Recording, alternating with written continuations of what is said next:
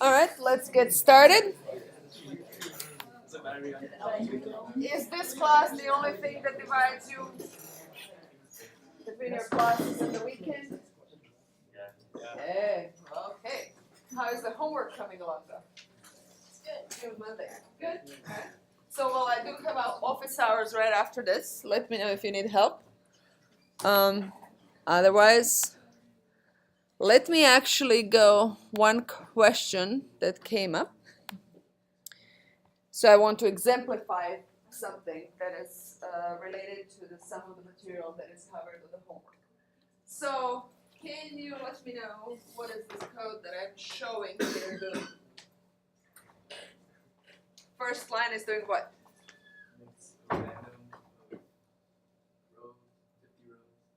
So I have 50 by 1, so I have a vector, random numbers between 3 and 13.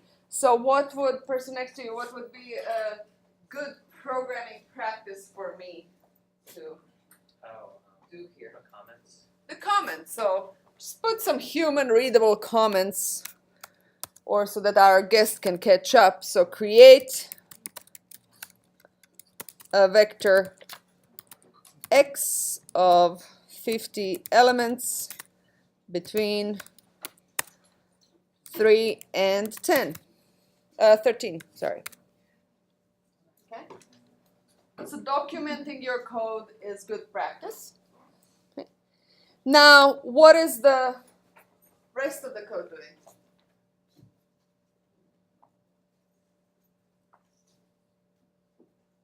I'm walking through all of the elements, right? Length of X is number of elements. That's going to be 50 in this case. So I'm going from 1 to 50. And what am I doing for all of those 1 to 50? I'm printing something.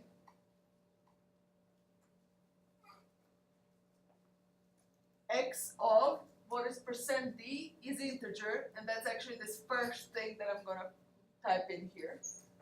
So for every I between 1 and 50, I'm going to say X of that I, which is going to be 1, then 2, then 3, and so forth, is equal to, and this percent %g is doing what? It's a format for real numbers. I can do either percent %f or percent %g, and percent %g will pick scientific notation if the number is times 10 to the 10 or so forth. Okay, so we're really just going to print them out. Okay, what is /n doing? So just give me a space so my printout is nice. So let's just execute this. And what is this /n at the end? Again, another space for beauty. Okay. So I'm going to say clear. Whoops, clear. I'm going to clear everything and I'm going to clear the screen. So just when I execute this, and I can either, I'm calling this examine array. And it's a script, so I can just execute. So indeed, I really just printed out all of those numbers. Now, if I wanted to actually print only elements that are larger than 10, what would I do? It's an if statement. So here somewhere, right? If 10. X of I larger than 10, okay? Do this. Else do nothing, so I'm just going to say end. Okay? So I'm just going to print those that are larger than 10. Let's execute now. So obviously now I have a smaller selection of them, and indeed all of them seem to be larger than 10. Now if I wanted to restrict that further and said I want them larger than 10 but smaller than 11,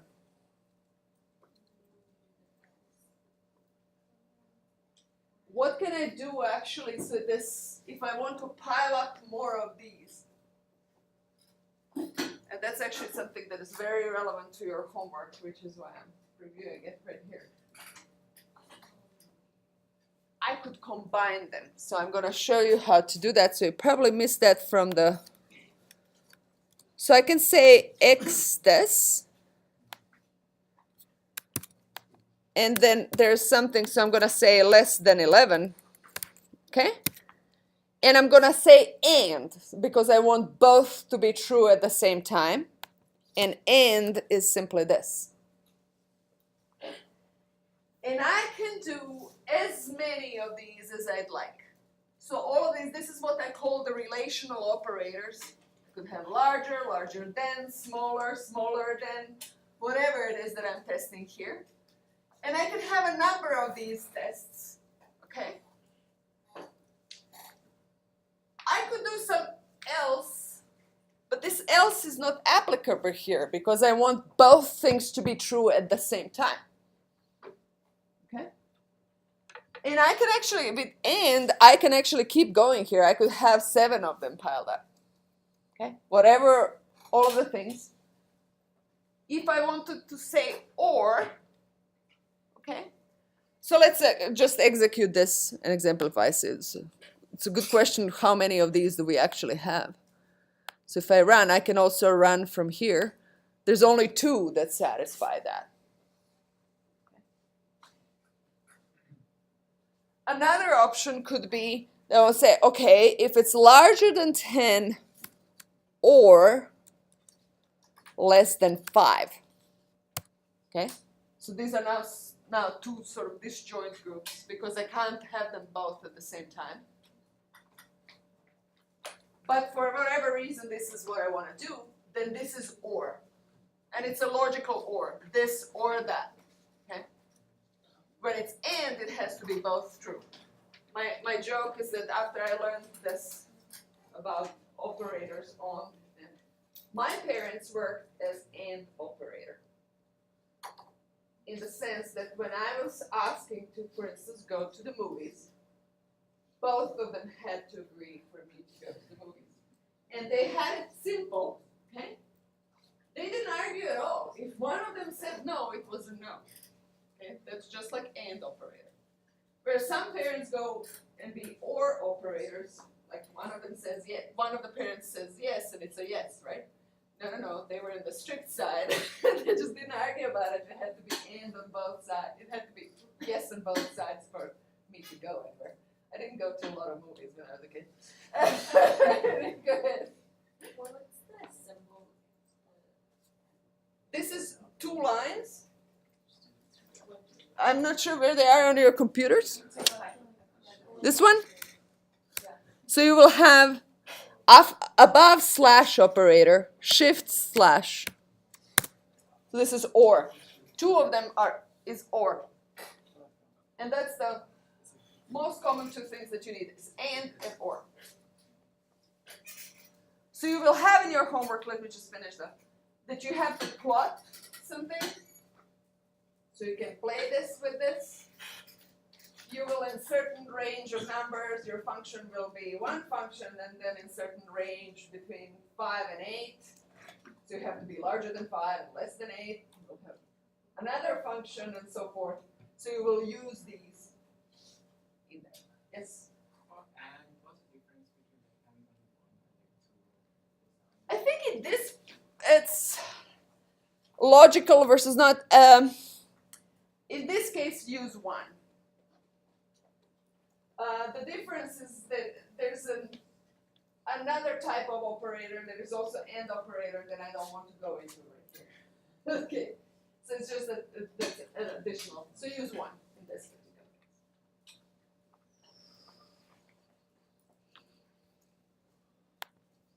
Okay, so this should help with your homework. Any questions with this? And of course, you could have here if this, then else. You can keep going with else, if, and so forth, if you need to. Okay.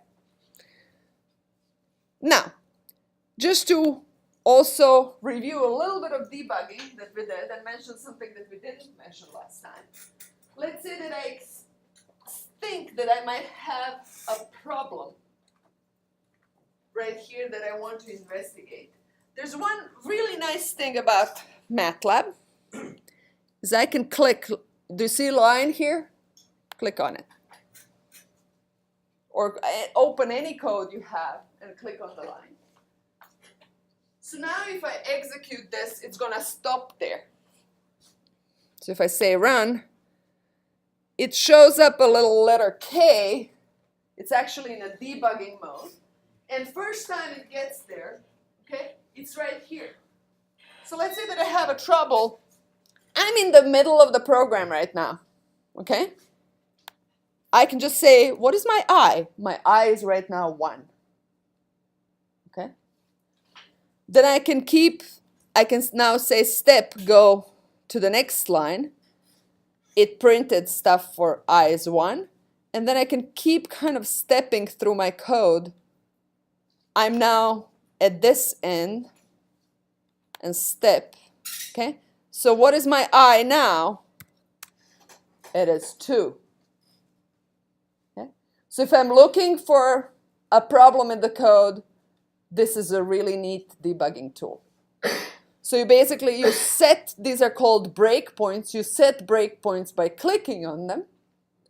And then you start running the code and you kind of step through line by line and see how it executes as you go through this for loop, for instance.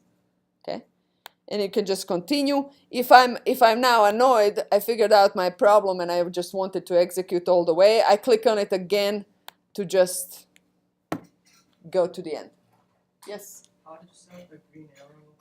A green arrow, that's when I start running, it does it on its own and it shows you where you're at. So all I set is where I wanted to stop, okay? And it shows you the little lines like where you can stop. There's nothing to stop here. There's no code, right? So those are so-called breakpoints. And then when you start running, it shows you where it's at. The little green line shows you. So it's very neat. I'm old school, I also just simply print stuff. So I give myself enough print statements through the code. This is my common debugging statement. Just print what you have here right now, right? So I can track what's happening at every step. Questions? All right, you're good to go in that debugging. Debugging in itself, I will not test you on debugging, but every time you're doing a homework, that's a test on debugging because you gotta debug it before you actually give it in. So what is the set of comfortable tools for you? That's on you to decide. However you find most comfortable to find the mistakes, by all means do that. These are just some useful tools. Okay. Without further ado, let's continue our discussion on errors. And I have just uploaded a slightly updated 4.2. The topic is unavoidable errors in computing. So we have done with organizing and debugging MATLAB programs. Whoa. So basically any kind of bugs that I might type in are what we call avoidable bugs. And there is a set of tools that I gave you to kind of try to minimize those, but they're always going to be there. So you're always going to make mistakes, even after however many years of computing. You cannot count on making mistakes. You just find a good way to find them and fix them. And this process we call debugging. So essentially best practices have been covered. Now there are certain things that we cannot avoid. What are those? There is so-called truncation error. Basically the fact that if this is my mathematical formula that I learned in calculus, I cannot go to infinity. Infinity practically doesn't exist. It's something that you tend to get to. But sometimes practically it also doesn't matter that it doesn't exist because we're close enough to wherever we need to be, or given our detection tools. So basically I might stop this loop at 10,000. Good enough.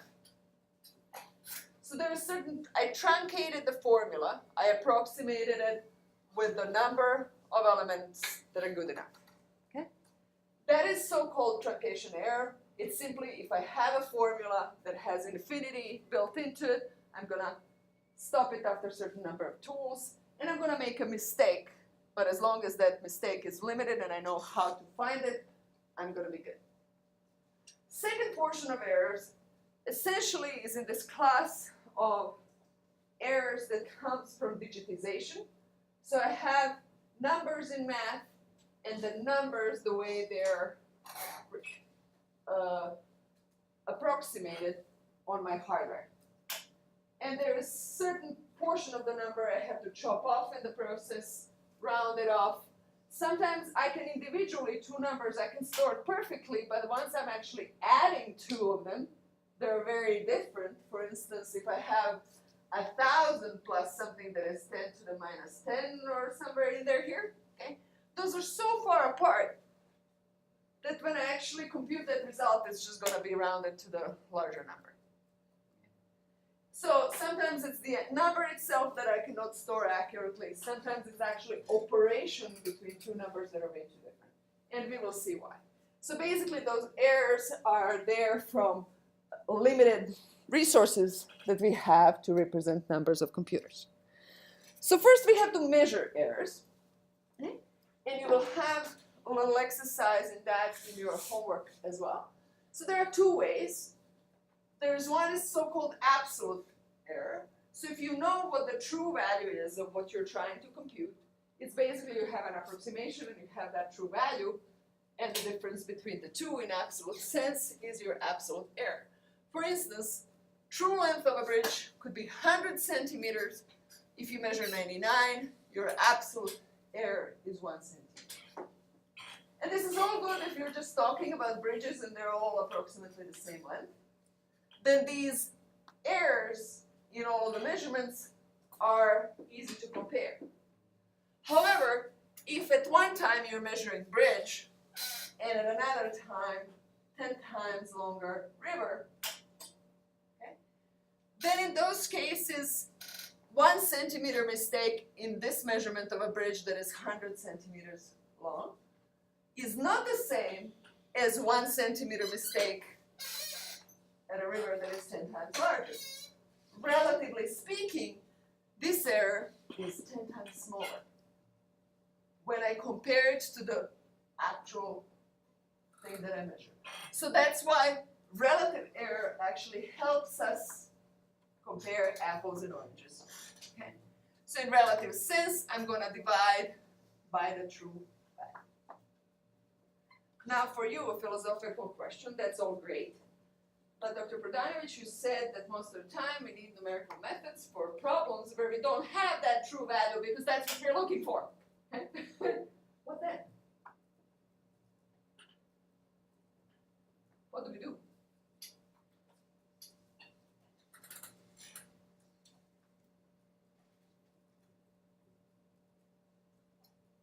You do the best you can. So instead of true value and approximation, you have approximation at one step and you have a new approximation coming up at the next step, so you compare the two. Okay? And presumably, if you're approaching that true value, they're all going to get so close that this relative error between the two approximations at two different steps is going to be small enough. And that's what we're going to commonly do when we don't have this exact value to measure against. So in order to be able to tell how well we're doing, we have to measure errors, and these are some options. Okay, so here's some examples of truncation error. So I will commonly ask you,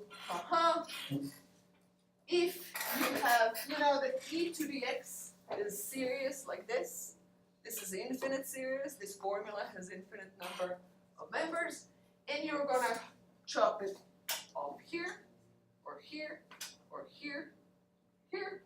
In all four cases, you will be making an error. And I'll ask you to evaluate what that error is, assuming that whatever calculator gives you for e to the x is the true value. It's also not true value, it's on a calculator, therefore there's an error in storing it. But as far as you can judge, which is 8 decimal points, is the true value. Okay? So you can do that. Second common type of formula, so this is basically chopping off series to a certain finite number. Second common part is that often when I'm computing a derivative at a point, okay, I know it's a tangent line on a graph, right? But for line, all I need to define a line is 2 points. Okay? So often we know that actually, so basically I will just take two neighboring points on a graph and look at their values, draw a line through it. Okay? And essentially I know that as these two points get closer, I'm gonna get closer to the tangent line.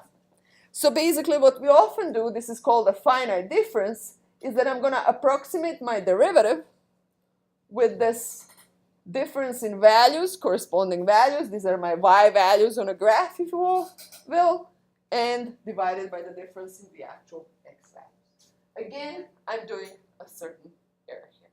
So let's actually do a quick exercise. I'm going to go to the end. So just, I think I have those exercises at the very end. Okay, so let's do this. How accurate? Take a piece of paper.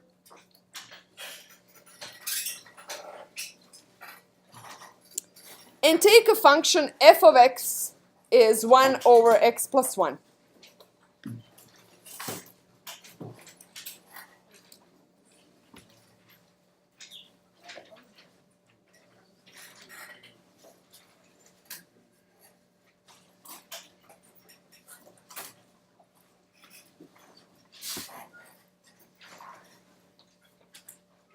So f of x is 1 over x plus 1.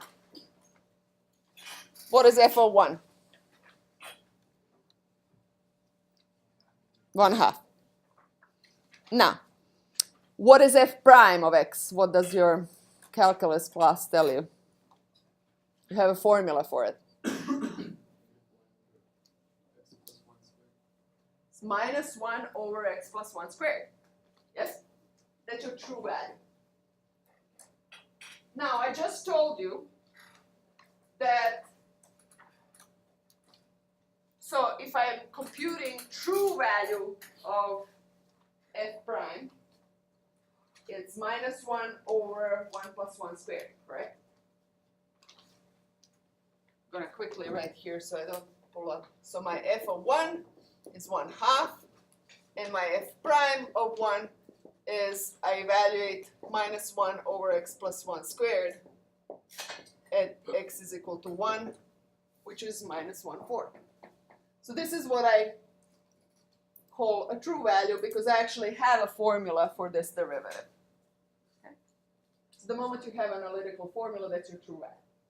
Now, I have just told you that I can approximate my derivative with a formula like this.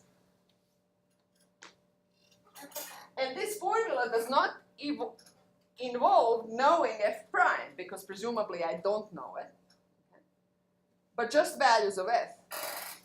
So let's evaluate what would be approximation to f prime of 1, okay, using this formula at x0 is 1 and x1 is 1.01.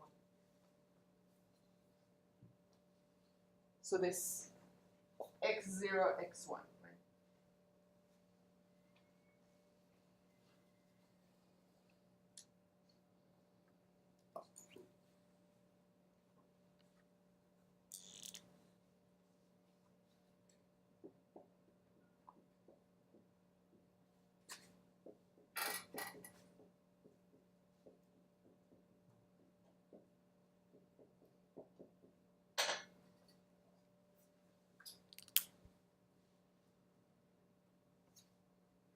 And you might need either MATLAB or a calculator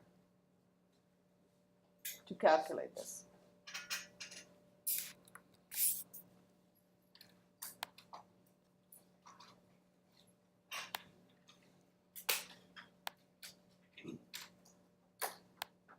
Can you tell MATLAB to take a derivative? You can, that's not what I want you to do now, right now. Because I want you to figure out the way to test MATLAB as necessary.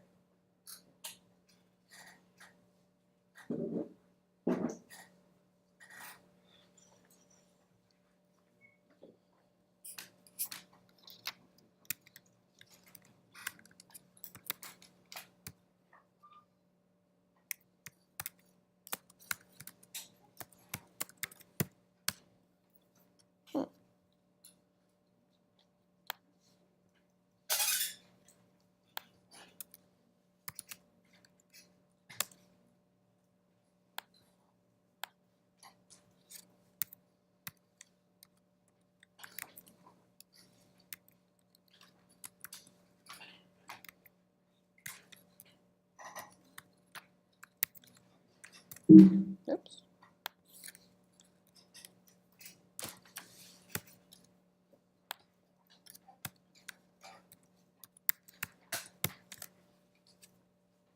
So this is literally evaluating f of x1 minus f of x0 divided by x1 minus x0.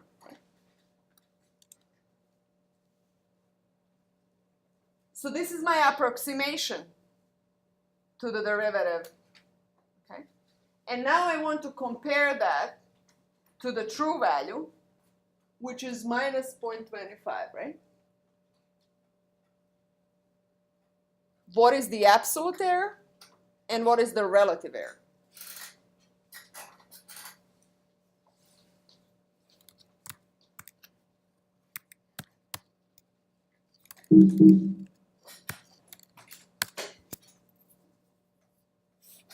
So my absolute error is absolute value of true minus approximation that I called df. That's fairly small. But if I want to see, relatively speaking, how big it is, then my relative error is absolute error divided by absolute value of the true value.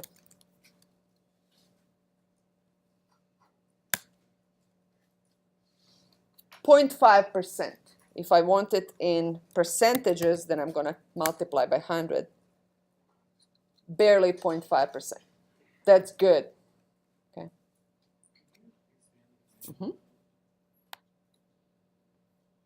I don't know whether that helps, but I stated what my x1 and x0 are. I'll calculate my approximation based on this formula. F of x1 minus f of x0 divided by the difference. So this is my approximation, and my true value is, I kind of calculated that by hand. It's minus 1/4. Then absolute error is the difference between the two in absolute sense. And relative error is this. Now that I worked this out, I can actually create a little script. So this is approximation df dx. Okay. And my absolute error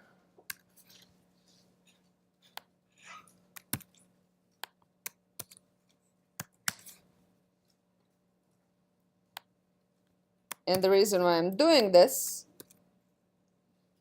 is I want to see how does my relative and absolute error, how do they change if I slightly change this to 1.001? That's the beauty of computing. You can easily, so finite difference error. Okay? So I can just simply change this script value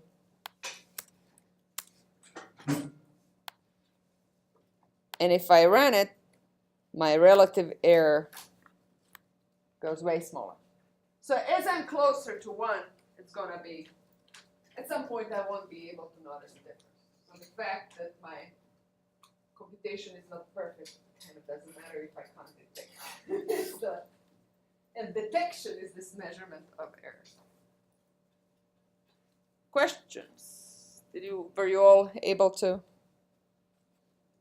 Now, today I know perfectly well what I did here and why. A week from now I will not. So I'm gonna do good programming practice is compute df dx approximation for f of x is 1 divided by x plus 1. Okay? And find absolute and relative error. Okay. Using finite.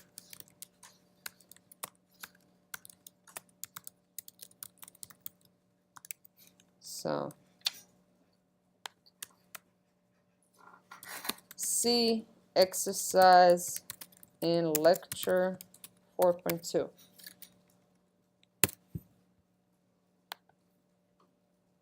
Now I will know what I did in here, and when I upload it for you, you will know.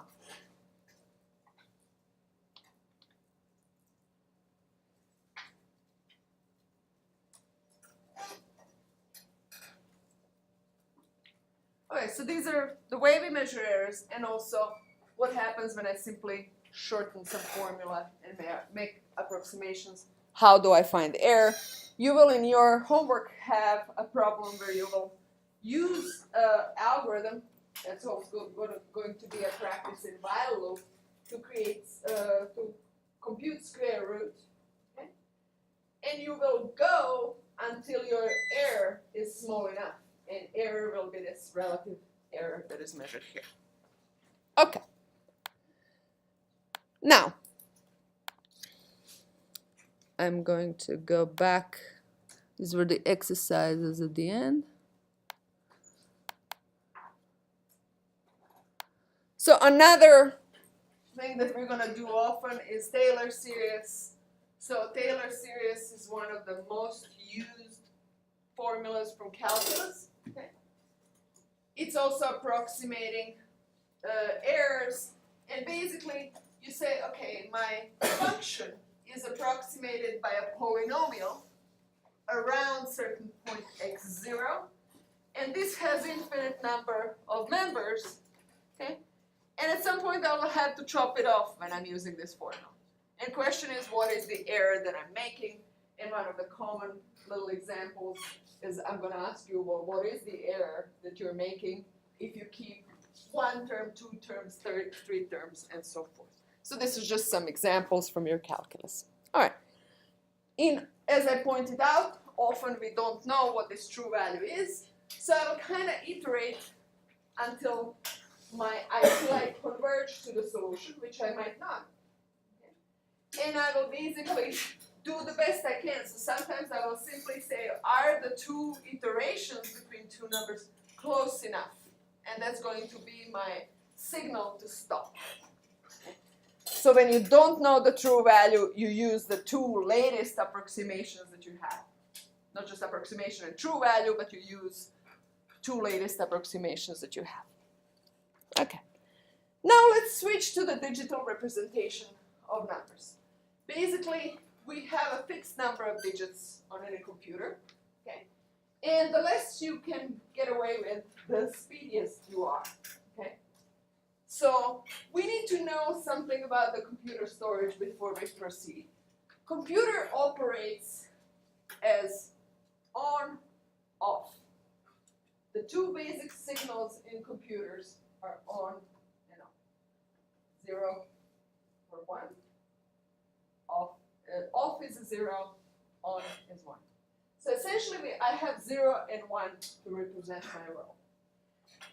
Typically, there's one bit, this 0 or 1 is called one bit, and we segment our world on hard drives and so forth into words that are 1 byte long.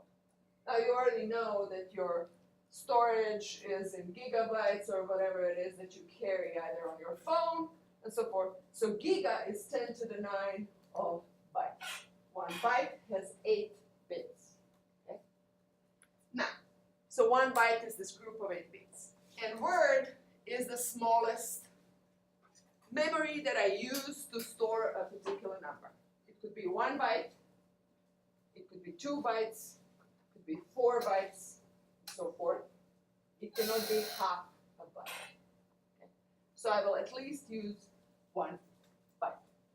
Now, the different numbers I will store using different rules, and I have to have that in order to compute correctly and do the math correctly. So we will start with representation of integers and then real numbers. I will not really cover complex numbers, but each complex number is a combination of two real numbers. One is real and one is the imaginary part. And you know that for math. So really, storage for any complex number is double that for real numbers, because I have to store two real components. So we will really cover integers and real numbers. Let's start with integers. Let's start with an exercise. Let's say that you have coins and they're only 1 and 10 cents. Forget that we have actually 5 cents for now. So somebody just gives you coins of 1 and 10 cents. What is the least number of coins of each kind that you need to have in order to have 25 cents? So one option is to have 25 of 1 cent, but that's not the least number, right? That option is not good. The second best option is to fit as many as you can of 10 cents, and that's 2 of them. Okay? So that's 20 cents with 2 coins, and then 5 of 1 cent, right? So that's 7. Okay? You have just represented a number in decimal system. 2, 5 means 2 times 10 plus 5. And that's how decimal system works. We think about it. We think in decimal system. We don't even think there are possibilities of what if I have only 1 cent and 2 cents? Or 1 cent, 2 cents, 3 cents. Okay? So forth. What do I do then? So let's actually do a different exercise. Now imagine that you have coins of 1, 2, 4, 8, and 16, which are powers of 2, not powers of 10. Our money is in powers of 10. SI system is in powers of 10. Millimeter, centimeter, meter, right? So forth. Now, what would be your answer for this number 25?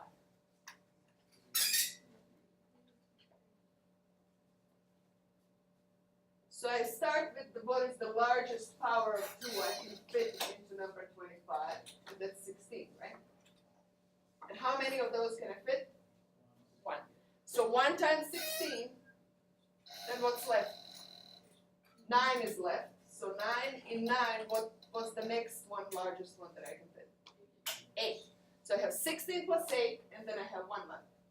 Okay, those are my powers of 2. So basically, those are 3 coins. Okay. Now, the way we will actually represent that is as follows. It's 1 times 16 plus 1 times 8 plus 0 times 4, because I don't have it, plus 0 times 2 plus 1 times 1. So my number, the same number 25, that I think is 25, which is thinking in decimal system, is 11001 in binary system, and this is what computer can deal with. On, off, on. I can't have 10 different types of on or off for decimal system, right? Because my digits are 0 through 9. I can't do that in a computer, but I can do on and off, period. Quantum computing these days can go in between just 2 states. That's quantum computing. That's not part of this class. Okay. I don't have the background necessary to teach you anything more about quantum computing. Okay. So basically, this is how computer will represent an integer. Now, why is it natural for us to do base 10?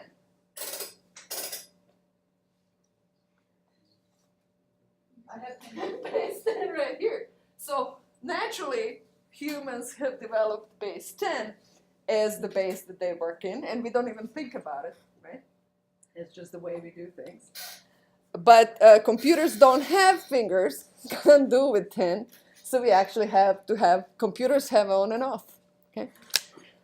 So basically, we use decimal systems, and your digits in that decimal systems are system are 0 through 9, and computers are binary. They use base 2 as a system, and digits allowed are 0 and 1. So again, 25 is 2 times 10 to the power of 1 plus 5. If you had more here, that would be more powers of 10. Binary system works the same way. The only powers you have are those of 2. So this is power 2 to the 0 is 1. Okay? 2 to the 1 is 2. 2 to the 2 is 4. 2 to the 3 is 8. And 2 to the 4 is 16. So the way you can compute any number, okay, e to the base 2 is, okay, think of all of the powers of number 2 that are less than that number and start fitting the largest one you can. And then you will get a unique representation. Now, I said something about words. So my computers operate in words that are 1 byte or 2 bytes or so forth long. So if I have 8 bits to represent this number, technically computer will, this is 5 only, right? So computer will fit in 3 more zeros here because it can go only in chunks of 8.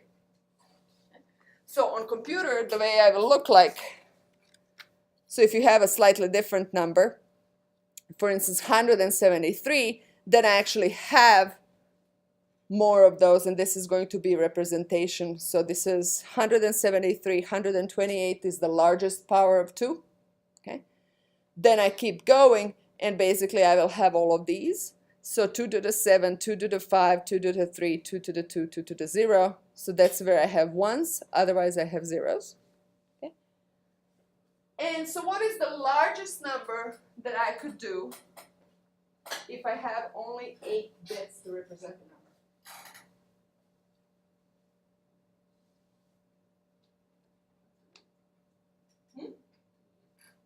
Yeah, so basically, no. If I have ones everywhere here, it would be 128 plus 64 plus 32. You have math lab, let's go. 128, compute. Plus 1 here, plus 1 here. So ones everywhere, right? What would that be? 128 plus 64 plus 32 plus 16 plus 8 plus 4 plus 2 plus 1.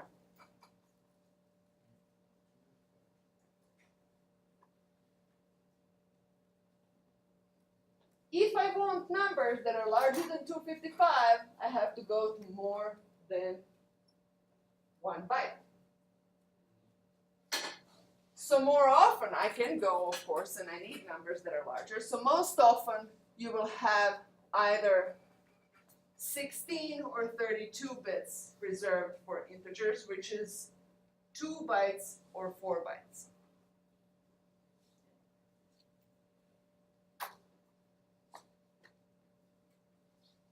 Now there's a nice little formula, so this would be a little too much to compute. Maybe a nice for loop will do, okay, to compute this sum.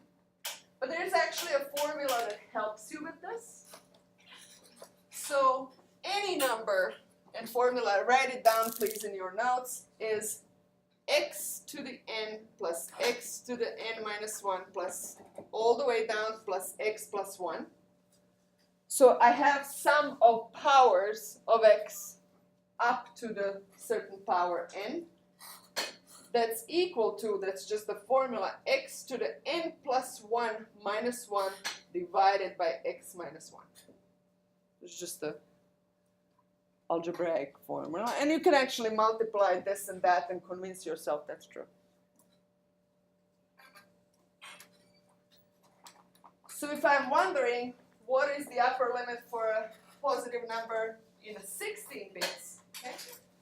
My initial bits here is 2 to the 0 power, that's number 1. So I can go all the way to 15 if I have 16 bits, correct? So the largest number I can represent with 16 bits is 2 to the 16 minus 1 divided by 2 minus 1, which is 1. And you can use your computer again. 2 to the 16 minus 1.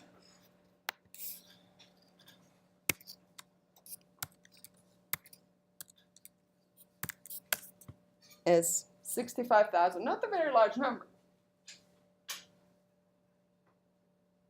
What about negative numbers?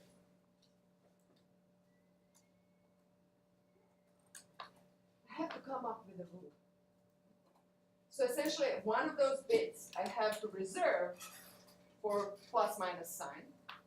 And if I do so, then I have less available for the rest of the number. So if I'm in the 16-bit number and 16-bit number and one of them is reserved, then this one goes down by 1, right? So I'm going to be able to do from minus 32,000 change to plus 32,000 change. And I have to know that. I have to tell computer, is the 2 bytes that I see in my memory, is it storing integer that is a signed integer, or just a positive integer which we call unsigned? If you don't know that, you will see garbage. Because you will read those 2 bytes as something that they're not. They were stored in a certain way. Whoever stored them knew that, right? And if you don't, and if you just give me a minute, I'll show you the difference from, this is actually related to my research, where an image, I just have to open it. Again, just a minute.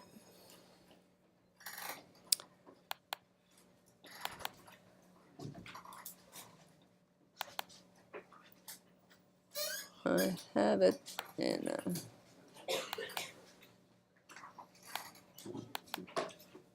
there we go. So I had a case where I didn't know. I got a file, and I didn't know whether the numbers were signed or not signed, and what the size of it was. So I read it in 4 different ways because I had 4 different options, okay? And basically, this is the first result I got. This is the second result I got.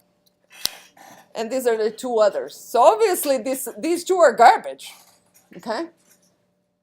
And the reason why I have 4 options is that I have 2 bytes for every number. Some hardware will read those 2 bytes from left to right, and some from right to left. And you often don't have a clue what actually it does. So you have options of reading it this way or that way. Plus, you have an option of reading it signed or an unsigned integer for 2 bytes. And these were the 4, 2 by 2 are my 4 options. So I was able to figure out, this one's correct. Okay? But if you don't know that, you have to test. Okay? This is, by the way, a carbonate image. This here is pore space. These are carbonate grains. And this is done with 32 nanometer resolution, 10 to the minus 9 here.